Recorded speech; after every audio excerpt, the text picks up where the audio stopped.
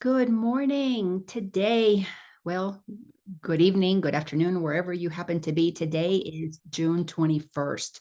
This is the solstice. We are coming together on a really incredible day in terms of energetics. Every day is amazing. Every day is incredible. Every day is magnificent.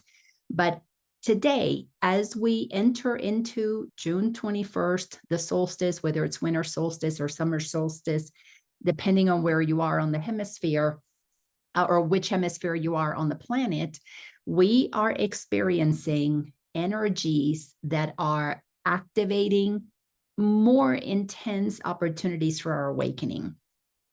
Somebody was asking yesterday, actually, this was a conversation that I had through a post on Facebook yesterday, and the person made a comment about, who else is feeling these intense energies? And lots of people were commenting. And then a couple of people were basically asking, why is this happening? So I offered my perspective. And then I said, but I'm going to use an analogy of a rocket ship. So a rocket ship, when it is launched from Earth, let's say going to the moon or wherever in outer space, it is going to go through several stages. First, people are getting on, and only a few are getting on. And it's going to begin the process of activating the jet fuels. And if you're aware of how rockets work, there are parts to them. Now, I'm not a rocket expert, so I'm going to give you a very, very basic cursory explanation of this. But so the people who are going to take this ship out, they're going to get in, the rockets are launched, creates an incredible amount of power to lift it up. So to be able to get a rocket ship to take off, lots of fuel, lots of power. Well, as that rocket ship is ascending, it is going to be propelled by this outer force, all designed to get it to its destination. So welcome, everybody. Thank you for joining us, sweetie. So glad that you're here. So as the rocket ship is moving through outer space, it reaches a certain place within the atmosphere. Now, again, I'm not an expert here, so I don't know if it's right before it exits the Earth atmosphere or right as it's reaching beyond that. But at some point, that power that gets it up to that higher place, and listen to what I'm talking about, higher. So I'm going to say launch it up higher. And keep in mind that whenever I teach as within, so without. I teach that everything that happens here happens there. So think about your own inner journey. Think about this rocket ship.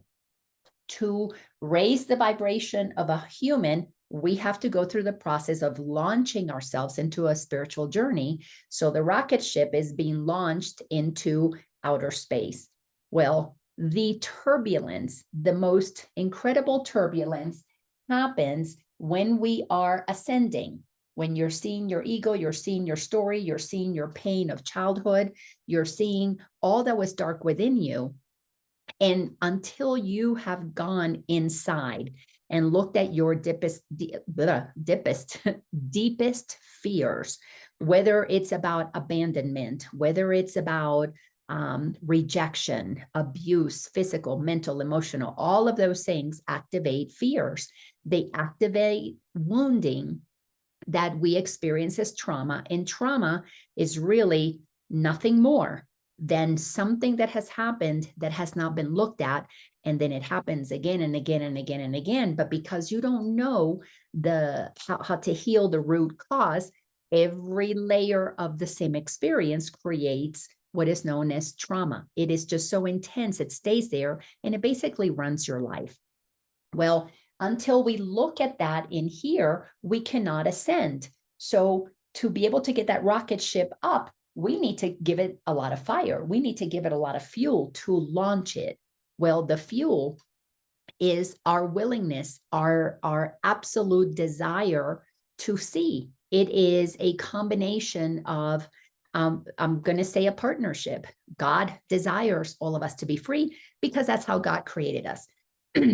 But as you come to know God, And you come to know God as you see that what has been done to you is part of a process, is part of a journey, it's part of becoming human, it's part of descending into the density of the 3D world. Because what we are is non-physical beings who choose to have a human experience. Now, these things don't make sense until you rise above. So the rocket ship, and I'm going to come back to why I made the comment that I made on Facebook. I obviously didn't put all of this on Facebook because I just offered a short analogy. So I'm going to come back to the rocket ship in a second.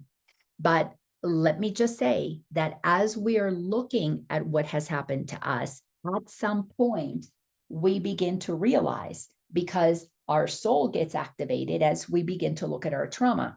See, our trauma is held by our ego. Trauma, all of it is ego from a perspective of immaturity. A child cannot understand why its parents don't love it. A child cannot understand why dad abuses it or mom abuses it or mom leaves the family to go with another man.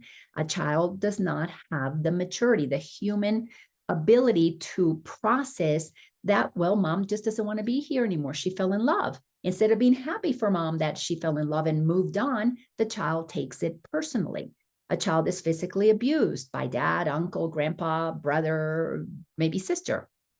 And it doesn't understand, how can you be physically hurting me? The child just says, did I do something wrong? What's happening with me? It must be my fault. So all of those things that a child questions, they're being questioned from a place of innocence. That is really our true self that is innocently observing what is happening. Then the ego saying, why is this happening? And it begins to create a story. So the ego has to have a reason for why I feel unloved, and it makes it up. I'm not good enough. Maybe you hear mom, dad, the teacher say, what's wrong with you? Oh, I must not be good because something's wrong with me. Maybe the child makes an opinion, makes up a decision. Again, the ego, that I'm not lovable. Why would anybody hurt me? I must not be lovable.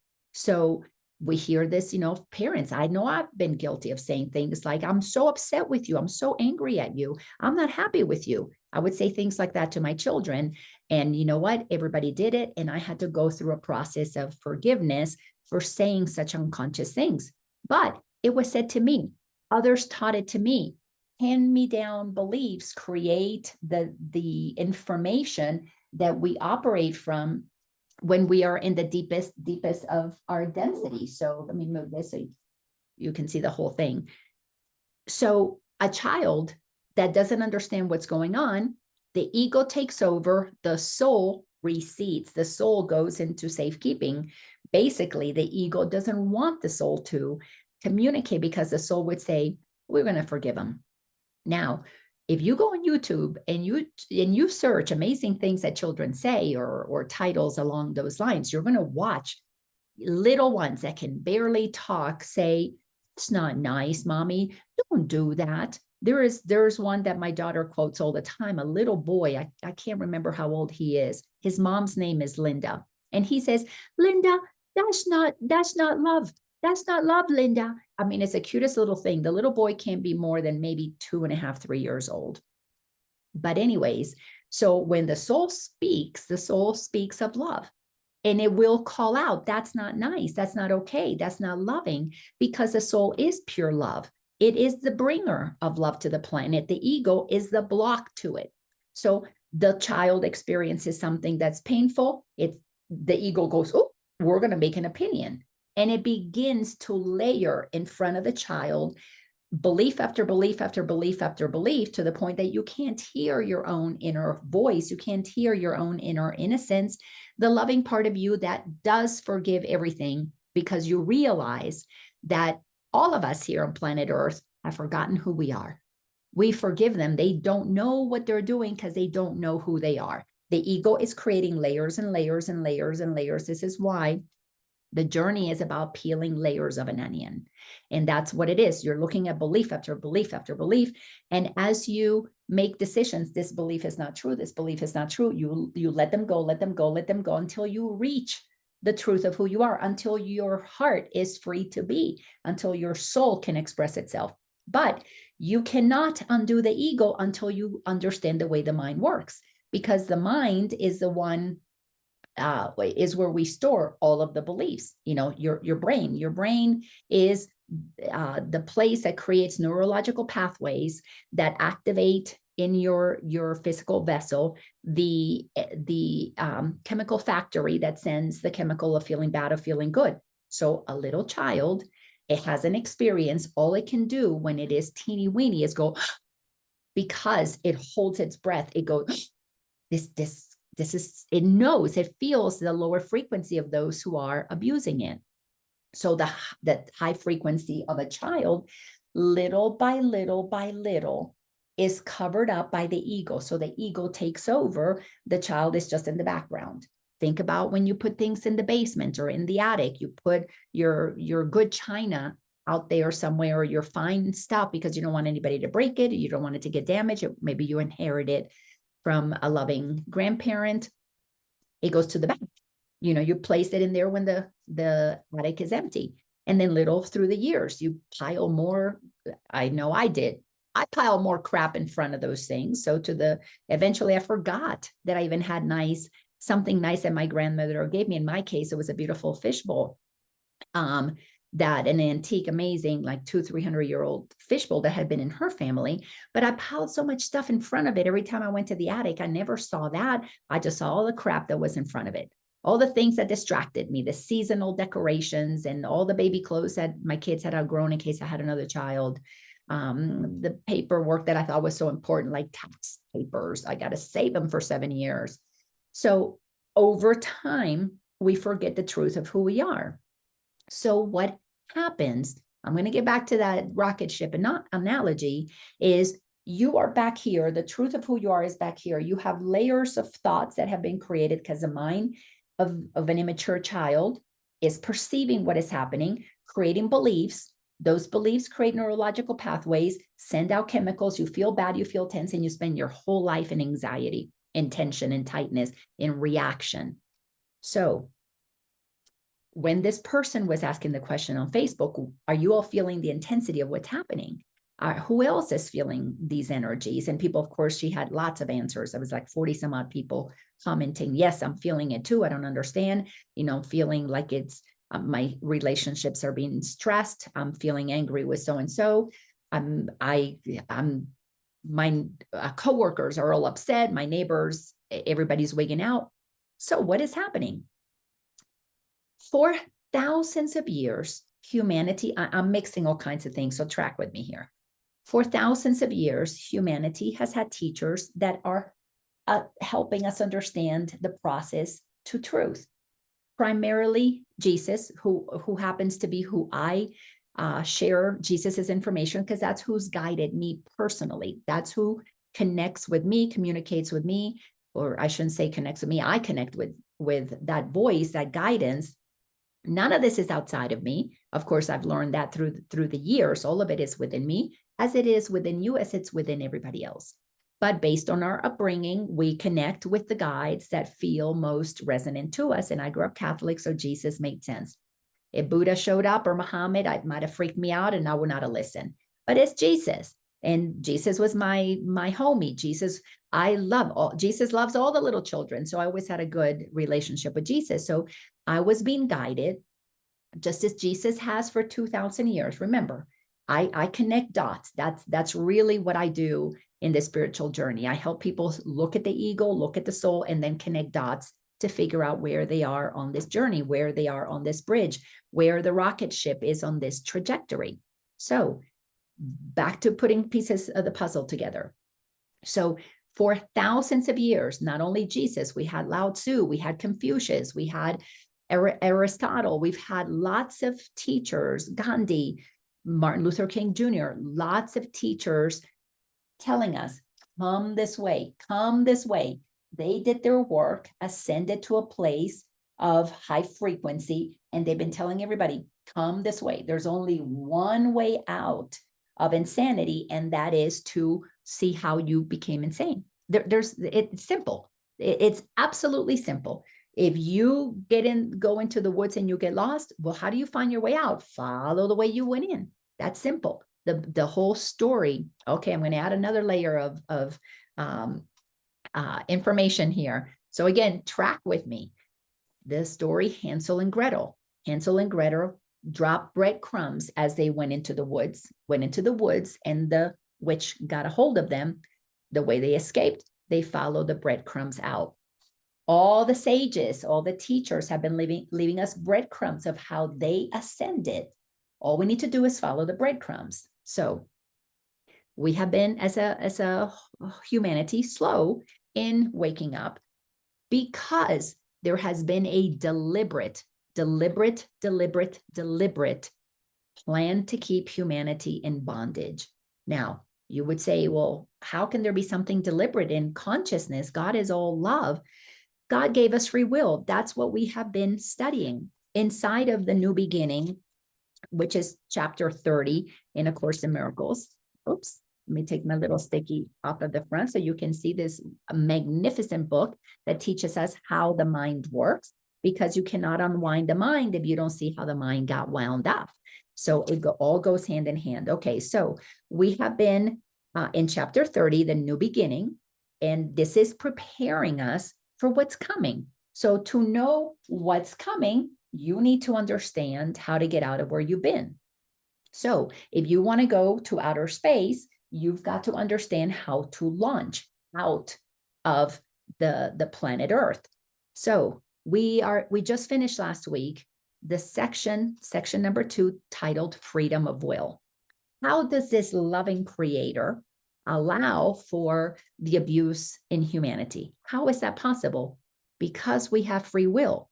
Now, the very first sentence in that entire section number 2, and again, we looked at this back quite a few weeks back, sometime end of May is when we started this.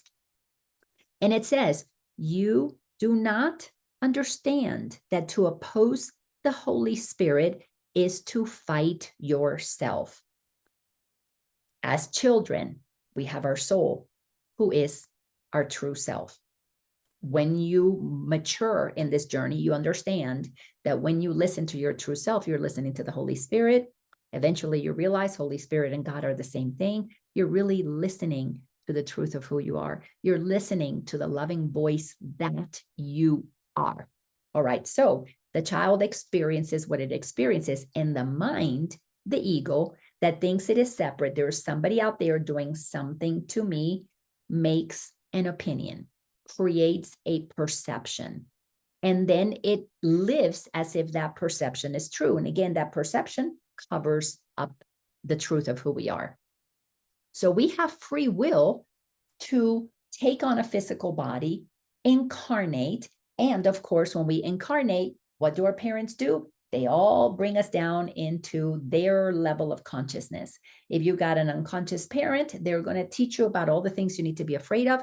It's you against the world. You got to go fight the system. I've got to fight for you. I've got to do all of these things. All of it going against what is already here. Meaning we totally give in to what is already here as the external authority. These people are the ones who will help me fight against these other people.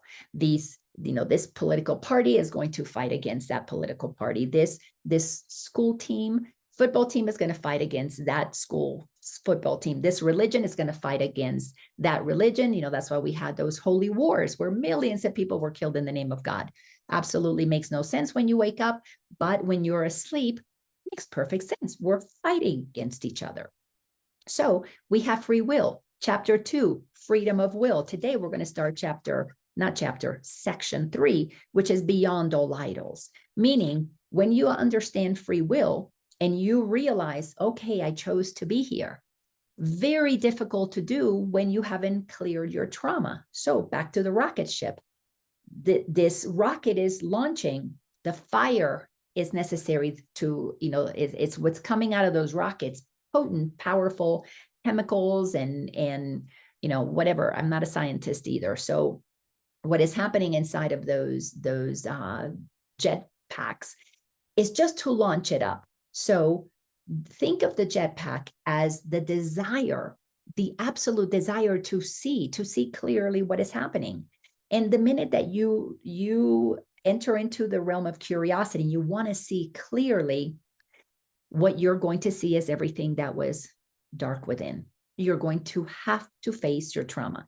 You must look at what you believe about the world so that you can begin to understand what was unloving, meaning unconscious, meaning ego was running the show. What is loving, meaning what is conscious, what is of the light, what is of God. Because what is happening in the world right now, I've said this a million times and I'll say it another million times until it's not necessary to say, and that day is coming. We have a decade, the 2020, there are no coincidences in God's universe. 2020, we've been conditioned to believe 2020 is about clear vision, perfect vision. The 2020 decade is about seeing clearly what has been unclear before. So the rocket ship is launching us to a higher state of beingness. Now we think we're going to go to see God, or let me use the rocket ship analogy. We're going to go and go to outer space. Let's say go to the moon. We think that's where we're headed because that's the plan. However, when you get there, you look back and you will be in awe of the planet. Wow, isn't that amazing? So we think when we enter a spiritual journey, we're going to go meet God. Oh, wow, that's going to be so amazing. I'm going to be enlightened. I mean, I was delusional when I started my journey, and I thought, what's going to happen to me? Am I going to have a halo? Is going to light be around me? Are people going to see me as this vibrant light being? Am I going to get wings? I really had no idea what was going to happen, but I thought something supernatural was going to happen to me. And I was going to transcend everything and then just continue my process. But that's not what happens. What happens is you go out there into outer space with your rocket ship, and then you're in awe of the magnificence of everything. Yes, you might land on the moon, you might land on Mars, you might talk about what's out there, but when you listen to some of these people, they're moved by what they see. Even a pilot that doesn't really launch out of the atmosphere looks back and is awed by the magnificence of this gorgeous planet that we all share. Now, let me use that word share deliberately because we're going to come back to that as well later. When we move to the place of that higher perspective, we realize we're connected. We share the planet because we're one. It is one planet, one humanity, and as the Course in Miracles teaches us, one child of God. Because we've got to realize that we're all made of the same substance. We're all made of energy, consciousness, and it creates everything to experience everything, to love it. Free will has allowed us to experience anything that we want to experience by a creative source that does not punish, does not even judge. How could it punish when it doesn't even judge what we're doing? Because God knows that we are safe as non-physical essence.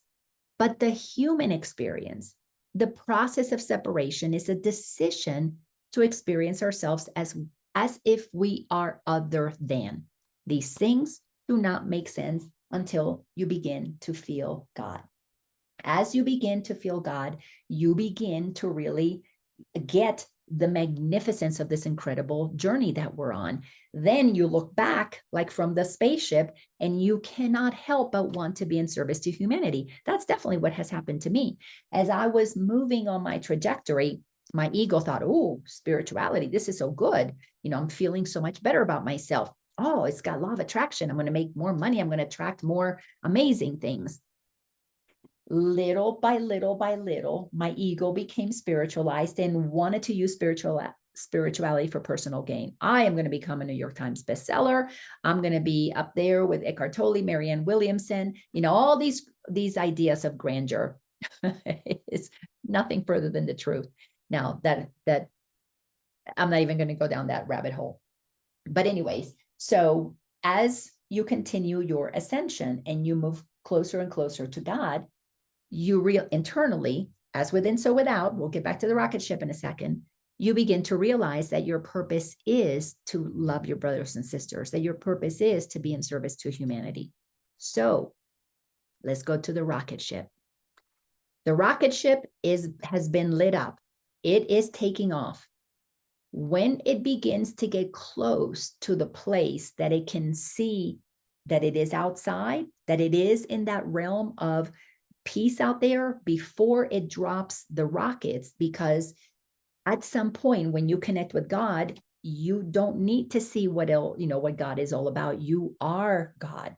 So when you connect beyond the Earth's atmosphere, you are just being pulled by gravitational forces beyond this planet. But to get out of the gravitational field of planet Earth, you need to be launched. That curiosity to what's out there launches you. Well, as you are leaving on the verge between here and here, the shaking happens because you're about to let go of the booster rockets. They only boost you. So you're about to let go of that thing that had you all curious about what's going on. And very intense shaking happens. This is when those astronauts have to be all buckled in because it's very, very intense. That's also the most dangerous part of the journey, because that is when you release the fuel. Now you've got that propulsion, I think is what it's called, pushing you. You're going to enter into a place of shaking until you get into the place of the peace in outer space. So what is happening to humanity right now, especially this solstice, we are being shaken because we need to get curious. We need to understand that what is propelling us, which is beyond our most of our awareness, is a collective desire to know, I would say, to know peace. But if you want to know peace, you're going to have to come to know God, because peace comes from God. Peace comes, as a matter of fact, from knowing God. So humanity right now is being bombarded in a good way by the entire cosmos to facilitate activating the curiosity that is going to launch us individually on our own journey, collectively on a journey, because humans, humanity is a collection of individual humans. And so many of us are waking up. Before we had 1, 2, or 3 showing us the way. Now we've got millions of people out there teaching the same thing that I'm teaching, because you find your truth and you want to share it. Why? Because as you ascend and get closer to God, you can't help but, like a rocket, people in the rocket ship look back and go, wow, look at this gorgeous planet. How have I missed how vast and how amazing it is? Because our minds have been so singularly focused on me, my stuff, my house, my belongings. That's where attachments come from. So the violent shaking that is happening energetically, as these people were posting on that Facebook post, is to question our relationships. Are we in relationships out of love or out of convenience? Are we in relationships that are codependent because we haven't found our own inner voice? And these are abusive relationships. Every relationship where judgment is there, fear is there, is abusive. It is toxic, and it needs to be purified. To be purified, you don't purify the relationship, but each individual within the relationship must come to realign with their true essence, must come to know the soul, the essence that is within. To know who they are, they got to go through the layers. So as this intensity of energy is happening, all that is dark is coming to the surface. All that the ego made up is coming to the surface. As within, so without. The government is a collection of individuals operating mostly from ego. Their egos have done things that in clubs and groups in secrecy, they do them together. And of course, they have information about one another. And those things are being exposed. Why do we have, for example, a government that sends money outside of this country, takes what the taxpayers make here, sends it out? Why do we not have total, complete accounting about those things? Why is that not transparent? Because if it were transparent, as we're beginning to see in the decade 2020, so it's a decade to see clearly, the rocket ship, the fuel is God itself saying, those who want to come home have the opportunity to come home. But we're going to have to launch you through a journey that is going to be very uncomfortable. It's going to be very turbulent until you come to the place that you cross the line, you drop the rocket ships, and you now no longer need to use your human curiosity, but you're connected to God's knowingness. To have that peace as a collective, we have to experience it as an individual, because the collective is all the individuals together. This is why we can't continue to be battling each other. We need to come to the understanding that we're all going through the same thing. We're all going through a process of purification. Why? Because we had free will. That's what we spent weeks learning and looking at. We had free will to fight our own true self. There's nothing wrong with fighting our own true self. As a matter of fact, God gave us free will to experience any realm, any dimension in consciousness that we want to go to. We can go as low as we want to go.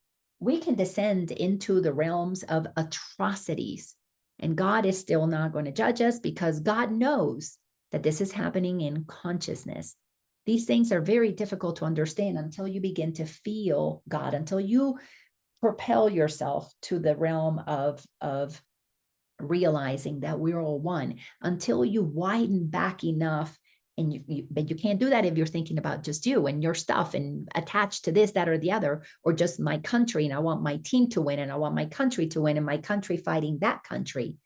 Until you are willing to let yourself feel what God is, and you begin to experience that unbelievable level of love, of peace, of oneness, you realize we all belong to each other. We are all one family. Until the rocket ship gets up that high to see back and go, wow, those people cannot return to Earth and do the work of uniting humanity. There is one particular astronaut, I can't remember his name. I want to say it's Mitchell, but I cannot remember. He had an experience. He was launched into outer space, and when he saw the world and he began to descend back into the world after his mission, he was in awe of the magnificence of what he saw. He came back and started something called the Noetic Institute. The Noetic Institute is about helping people see the bigger picture. Absolutely beautiful, powerful organization, and they will take you so far. Then there are others who've gone even beyond that, not because they went to outer space, but because they connected with all that is. That has been my experience. Once I had my encounter with God in August of 2007, I've been a different person.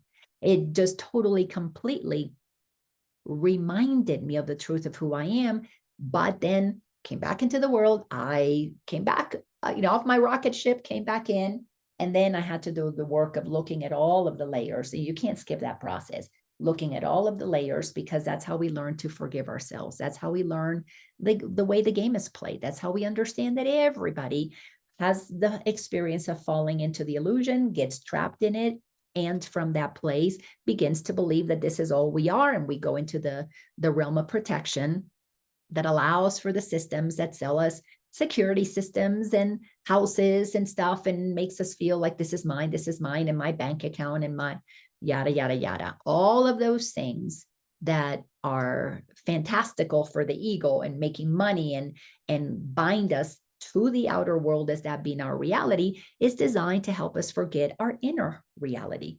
It pulls us away from the essence of who we are inside.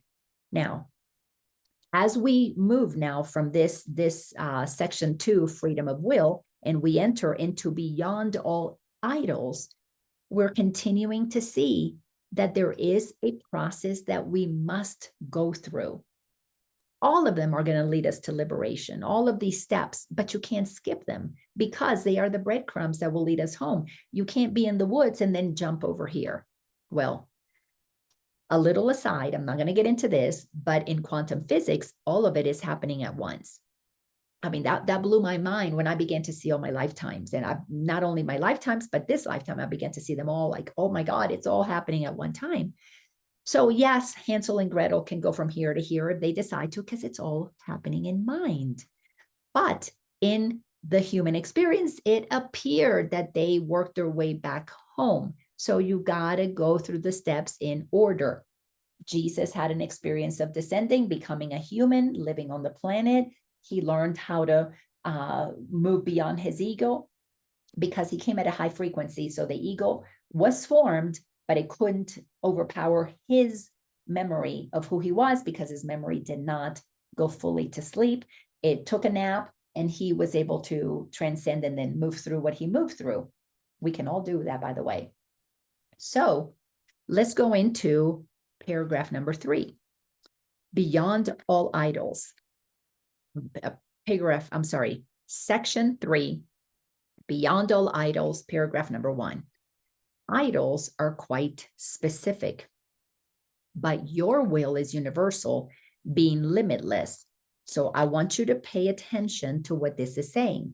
Your idols are very specific. The world is full of the president of this country, the dictator of that country, the head of the education system, the president of the bank, the CEO of this corporation, your father, your mother, very, very specific. The head of your church, all religions have a head of the church, very specific idols. But your will is universal. You come from oneness. Your will is universal, being limitless. So you have the ability, because you're an infinite being, to choose, I'm going to incarnate and be a Jew this time. I'm going to incarnate and be a Catholic this time. I'm going to incarnate and see what it's like to be Amish, to what it's like to be Hindu. You have free will. We just read that section. You have total and complete free will to have any experience that you want. The purpose is to bring love to it. But when you descend, when you come into the planet, you descend into the density of those who are here already. So as we're waking up, we are becoming the new higher frequency that new children are going to descend to. So for example, I was able to get myself above the line, above the ego running my life. So I became conscious.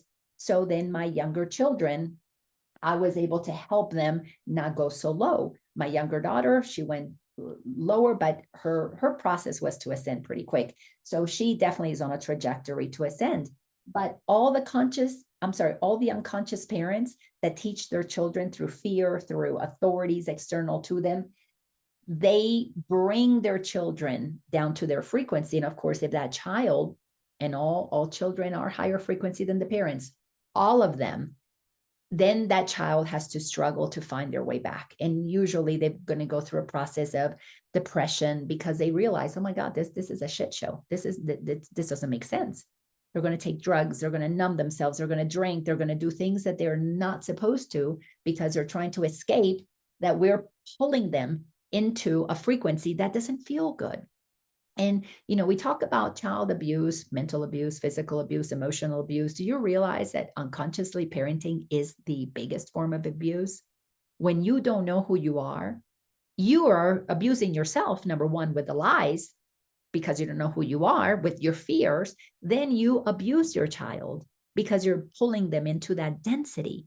But you don't know that you're even doing this. I didn't know I was doing that. I know every single one of you never thought that you were unconscious until you began to become conscious. And then you turned around and went, you looked down. Wow. I didn't know what I didn't know. Look at how I manipulated people, how I lied, how I was attached to things, how I was defined by external authorities, by who thought what of me. So here we go. Idols are quite specific. We have populated the world with very specific things, but we come from an infinite universe that allows us to have that possibility because it's infinite in its potential. Then it goes on to say, and so it has no form. Consciousness has no form, nor is content for its expression in the terms of form. Idols are limited. Idols are in a physical body, a being that believes that they're better than anybody else. So they rise to positions of power, and they don't do that by themselves. They do that because people idolize them. You cannot have an idol without idolizers. And who are the idolizers? Unconscious people who say, this one has power over me. So, but your consciousness has no form, none whatsoever.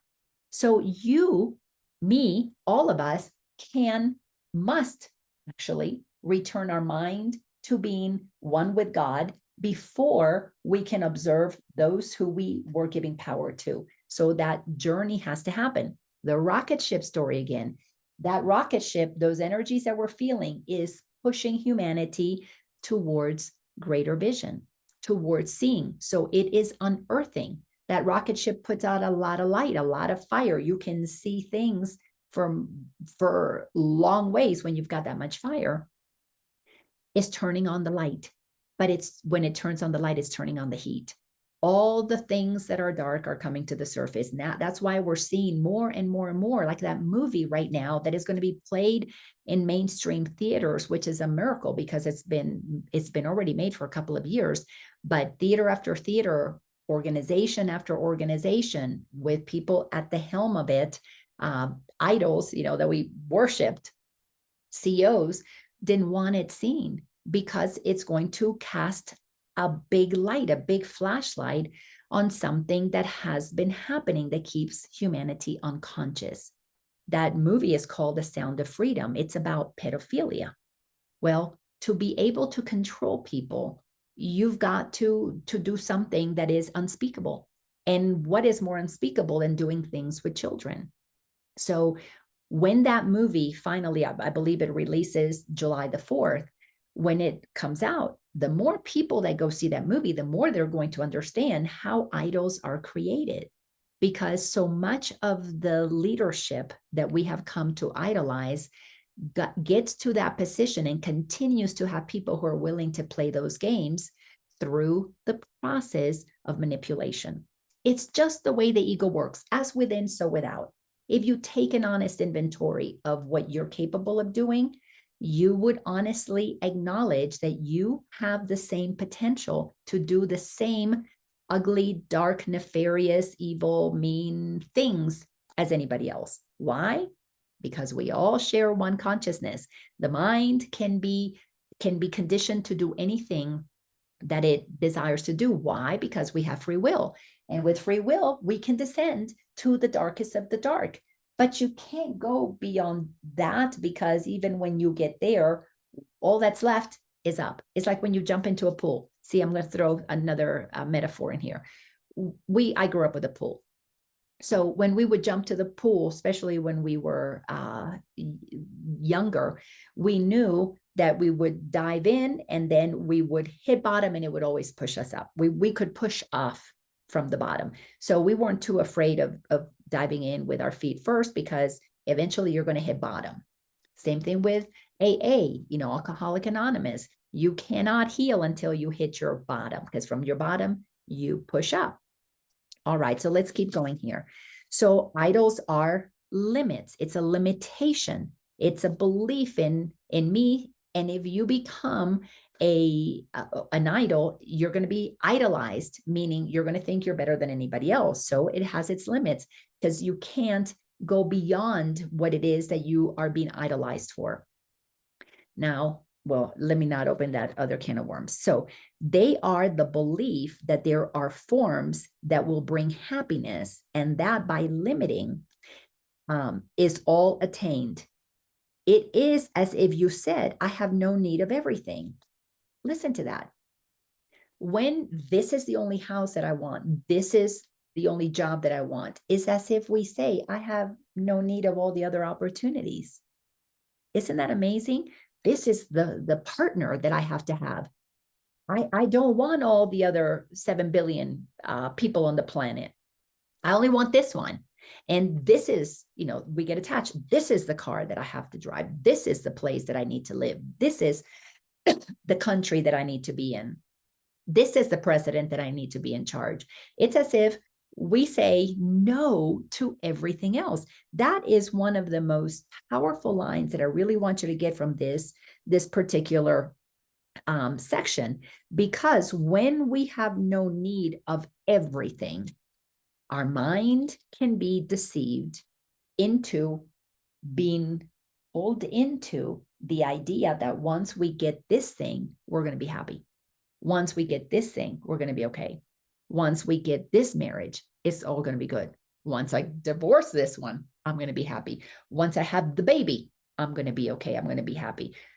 Listen, my entire young adult life was about achieving something to make me happy. I had to have the person that I believed. And, you know, looking back on my life as I've looked at this journey, I wasn't looking for a partner to be somebody that I was going to grow old with. I was looking for a baby daddy.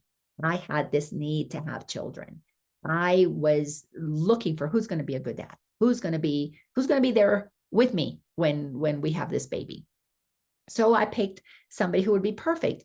But I also understand that I had a soul contract, because those children that came through me, not only physically, but through adoption, needed that portal to come through. So absolutely perfect. Once my kids were older, kind of mostly grown up, I had no need for that because he wasn't a partner that I cultivated a relationship with. As partners for life, it was a need for a very specific thing. So I idolized this man because it was what was going to get me the kids that were supposed to come through me. So a lot of things are at play when we have these intense desires to have fulfillments of contracts. Anyways, a lot of those things make sense afterwards. But I had to have this house. I had to live in this neighborhood. I had to live in this part of town. I had to make this kind of money. I had to have this kind of car. All of it because I was idolizing these things to make it look like, oh, I've achieved, I've done it. The ego wants to get up here in an unconscious world. So you got to let go of everything that is part of the unconscious world to rise into the frequency. You got to drop the rockets. But to drop the rockets, you're going to have to go through the very bumpy times, because in the bumpy times, you're letting go of the density of the earth and you're moving into the higher frequency of all that isness.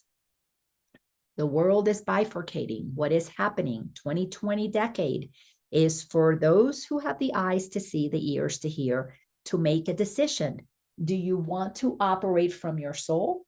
Do you want to be freed? Or are you going to be operating from the density of your ego? There's no other choices. It's two. It's simple. You operate knowing the truth of God, or you are going to descend and operate from the ego. You're going to play the games of idols, haves and have-nots, competition, all of that, or you're going to ascend to liberation. In liberation, you are free because you're not attached to anything. Doesn't mean you don't have things, but you're not attached to anything. That's a very difficult concept for those who have been humanized. Very, very difficult. But as we let go of things, as we purge belongings, as we let go of what we don't, what we don't need, not that you shouldn't have your home, not that you shouldn't have your clothes, not that you shouldn't have your jewelry. All of those things are okay, but are you attached to them? If somebody walked by and said, oh, I love that necklace, can I have it? I can assure you, I will give them this necklace, because I am not going to create separation between me and a brother or sister. Knowing that we are one, I know that that being is there to reflect back to me how I show up. Am I showing up as generous or hoarding? Do I have to hold on to this? Is that what makes me feel safe? That, oh no, somebody gave this to me. I can't give you something that was made specifically for me, specially for me. What will that person think if I just totally gave away what they did in creation for me? Ego will tell you all kinds of stories to make you feel righteous and holding on. So, as I said, let me read these two sentences again, because they're powerful. Sentence number 5 and number 6, they go together. Thanks for joining us, Natalia. We are in chapter 30 in section number 3, titled Beyond All Idols. And sentence number 5 says, talking about the idols' limits, they are the belief that there are forms that will bring happiness, external things that will bring happiness, and that by limiting, it is attained. So when it is mine, then I've attained that thing that I'm idolizing. It is as if you said, I have no need of everything. If I've got this one, I don't need everything else. Everything else that is possible, I'm going to say no to. So this little thing that I want, and it will be as everything to me. I've got this husband, I've got this child, I've got this house, I've got everything now. No, you don't have everything. You have bondage to something very limited, and now you are beholden to that thing. If that thing doesn't want to be with you anymore, you're going to suffer. If that thing breaks, you're going to suffer. If that thing gets stolen, you're going to suffer. If that thing gets swept away by a hurricane or a tornado, you're going to suffer, because your identity is attached to that thing that you think makes you somebody, that makes you happy. So as we idolize those things, we are totally, completely forgetting who we are. We're not in our bounded eternal self. We are in our bound, limited, egoic self. All right. And this must fail to satisfy, because it is your will that everything be yours. It is our will. God wills that all is ours. That's why it allows us to create and imagine infinitely. God from up here, when we rise above, when the rocket ship goes out into outer space, is to behold the grandeur of all that is, not to be attached to one little thing. So as you see the whole planet, you realize, my God, it's so vast, it's so big, there's so much. That's why, we have made fun, not now so much, but before, made fun of anybody who didn't want to be bound to things, and they were rebels and they went off backpacking or sailing around the world. They wanted to be free, hot air ballooning, whatever. We thought they were crazy people, but those were really people who were activating a knowingness of everything. Why not explore it all? So the next sentence says, decide for idols and you ask for loss. Decide for truth and everything is yours. So this completes that section number 1. So this is episode 110. Can you believe that we have been together all this time? Wow. It just amazes me how we come together and I get to share these transmissions that flow through me. And there's never any preparation. I don't know what I want to talk about. All I know is God inspires me. Jesus inspires me. Consciousness inspires me. My higher self, whatever you want to call it, inspires me as we come together to share something that is intended to offer a nugget, 2 nuggets maybe, of information to help you put the pieces of the puzzle together. Because my role as one who has ascended and met God, and of course, meet God, know the truth of who I am, but then my ego's still intact. I too, like you, am doing the work of releasing attachments, of releasing righteousness, of releasing judgments, and freeing myself more and more each day. So I share what I'm discovering. And I'm already feeling that there's a shift that is coming for me, because I am here. And as much as I did not want to have this role, I have had to, well, I don't have to, I want to surrender to God's path for me, because I have to do what God wants to do through me, because I don't belong to Laina's ego anymore. I belong to God. And so much of my work now I see more clearly is to help spiritual people move beyond their attachments to their spiritual righteousness, because you cannot ascend into the higher dimensions while you are still holding secret fears, secret judgments, secret idols. You cannot ascend. And that has been the work that I've been doing in myself. I'm going to say really the last 10 years is of observing my spiritualized ego and letting go of what that spiritual idea looks like, because we have to free ourselves to be totally, completely one with all that is, one with everything.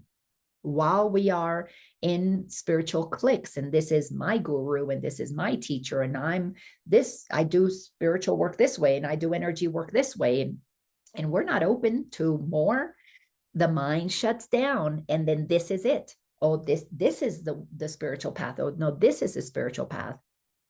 We need to let it go. Just yesterday, had an experience with a spiritual leader in Atlanta who unfriended me a while back, but for whatever reason, he still comes to my page. And when I post things that he doesn't like, he leaves his comments. And it's like he comes in, he throws a rock, and then he disappears because we're not friends. So I don't get to see what's on his page. And it's okay. So he comes in and he throws his rock as I'm speaking of the we have to see this whole pedophilia stuff. We have to look at it because it's a projection of our own wounded inner child, as within, so without.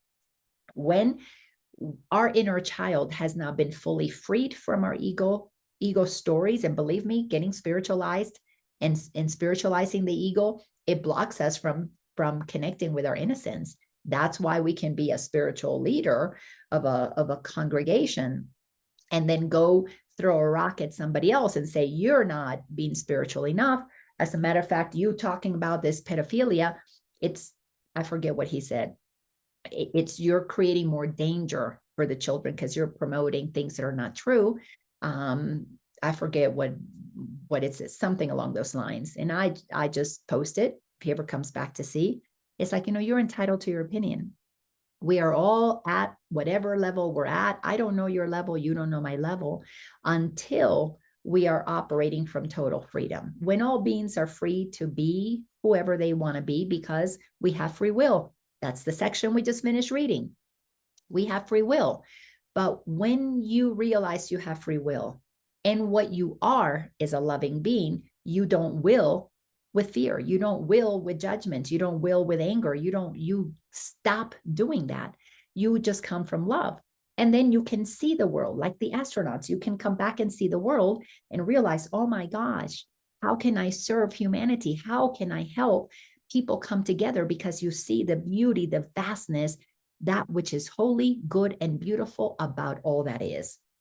So while I am on this planet, for now, at least, I shouldn't say forever, but for now, that's the trajectory that I'm moving. I'm going to go in to put out information for those who are spiritual.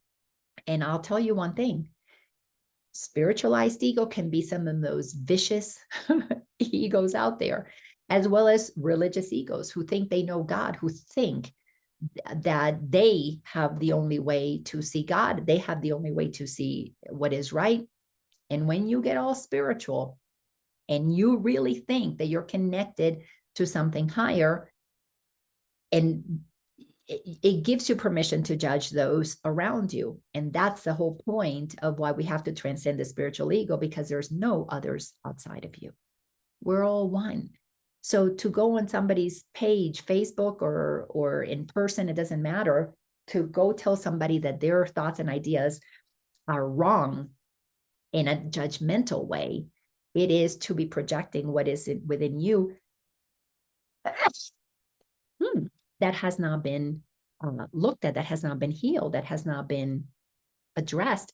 That irritation to get angry at what somebody else posts. It was very evident in that post that his words were quite angry. It's a projection of what is unhealed in you. So here we are helping one another. Remember, by being an example, by lovingly responding, if that's, of course, where you're at. If you're going to react, well, then you have just dropped down in frequency to meet theirs. But if you hold your frequency, if you stay steady, while as so many teachers did before us, you don't take anything seriously. You can't, because it's not an attack on me. He's just showing me what he believes.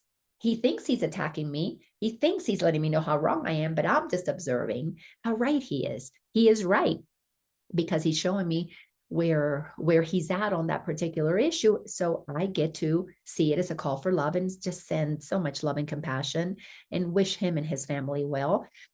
But the rocket ship has taken off. The rocket ship to Ascension has taken off.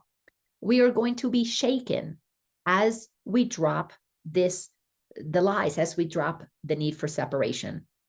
And the bifurcation means that as soon as this time frame is complete, those who want to operate from a higher frequency, from love, compassion, collaboration, co-creation, are going to experience themselves in a timeline, because they're all happening at once, as I said earlier, in a timeline where we're going to experience peace on earth, where we're going to experience totally different leadership around the world, people who are operating more from love, less from fear, more from God, less from ego. And those who want to be righteous are going to experience a world where their right and their idols are going to be preserved, and it's all going to happen at the same time. We're all going to experience that at the same time. Some of us at a higher frequency, some of us at a lower frequency, all of it informing the all that isness. That's what is so beautiful about this, because God loves all of us. God created each and every one of us, all of us as expressions of itself, and we get to explore in the depths of darkness or at the heights of light. The choice is yours, because we have free will. So we will continue looking at how to release ourselves from the idols. So thank you for being here. If anybody wants to unmute yourself, if you got a nugget, share it. And if you just want to stay anonymous, stay back there, just thank you so much for being here. If you enjoy this message, please share it with others and help me spread the message. If you're new to my messages, go to lainaorlando.com or go to YouTube, Laina Orlando. So thank you all so much. And this is June 21st, 2023. Hello, friend. Hello, Laina. I didn't realize it's past 12. I was planning to listen to you. And I have a question along the lines what you said. I just wonder about it. I saw some artist on Instagram, and she likes to paint all the dark stuff, the vampires, the devils. She's like, oh, it's my favorite thing to draw the devils with different expressions and all this, the blood pouring out, like horror pictures, illustrates horror novels or stories, and posting those magazines, whatever, those fantasy horror things. And I looked at this and I was like, and she looks like a happy, blonde, pretty girl, likes to dress up and all this cosplay stuff. And I looked at that art. I was like, how do people paint it and like enjoy it? I don't understand what draws people to it. I was like, it's the vibration she's at. If she's at that frequency, then those idols, the devil and whatever, she feels connected to. But her work, her purpose is to bring to life, or through her art, she's bringing to life for all to see what that looks like. And then like you, people like me can decide, oh yeah, I can see that is part of the lower frequency, but it's not for me. So we need to be very comfortable now as we continue through the bifurcation to let those who enjoy that, to let those who don't. We are moving out of judgment and into acceptance of infinite possibilities. Anything goes in a world that is created by beings who have the power of infinite creation. So I personally don't know people who like the artists who like stuff like this, but I would think you have to be some kind of, I don't know, have some negative feelings like depressed or sad or angry, but they seem to like that stuff. Maybe I don't know her. Maybe she's inside, she has some demons she's working, but I was like, and she said like, oh my God, I love it. Look at that wonderful demon I drew. I was like, how does it work? Well, again, it's because it's frequency. She is enjoying the art, her talent. Maybe she's a magnificent artist and she's enjoying that she's creating. So she's in a joyful creation mode and she's allowed to enjoy what she's creating. but we're all creating from the level of consciousness that we're at. There are people right now who are creating laws that hurt people, and they enjoy it. They are very happy. A big paycheck, and they get to do that. There are people who are producing products that are toxic and poison people, but they're very happy. They go on beautiful vacations. They get a big paycheck. So yes, there are a lot of people who are very happy doing things that are very dark, because we are allowed to enjoy whatever creation we're here to experience. When we are ready to see that and become aware of where is that in frequency, then we have to atone for our lower frequencies. And for you, this is an opportunity to recognize that we are part of an infinite universe, infinite possibilities. And when you get comfortable observing and going, okay, I like that. I don't like that. It's my preference. And there is zero judgment or zero needing to understand, because you know that if God is a creator of infinite possibility, and we have 8 billion people on the planet, we can have 8 billion different ways of expressing 8 billion different things that we like, and they're all okay because of our free will. And she is idolizing the devil. That's okay. We have some people that are just as dark, idolizing God. Yeah, it's like people who enjoy some S&M in sex. It's like pain, it's something, but that's what they like. Yeah. What they like. And it brings them pleasure or whatever. So Absolutely. I see. Okay. Absolutely. I mean, S&M was something I always thought, oh, that's so evil, so horrible. I tried it one time and it wasn't to my liking. And that's okay. That was perfectly okay. Maybe I've done it before. And the way that you know somebody has really ascended to being more aligned with God, less with ego, comes, as we know from our classes that we're doing, that you're in, comes from total and complete non-judgment, meaning you allow everybody can be wherever they want to be. Like, for example, you drive by lots of different neighborhoods and you don't get upset. Oh, why didn't they pick my neighborhood? Well, because there's only so many houses in your neighborhood, so many houses here, so many, because they're all for the different tastes and the different needs and the different whatever. So is art. Art is an expression of whatever level of consciousness we're at. And how would we know what the devil might look like if we didn't have artists who showed those things to us?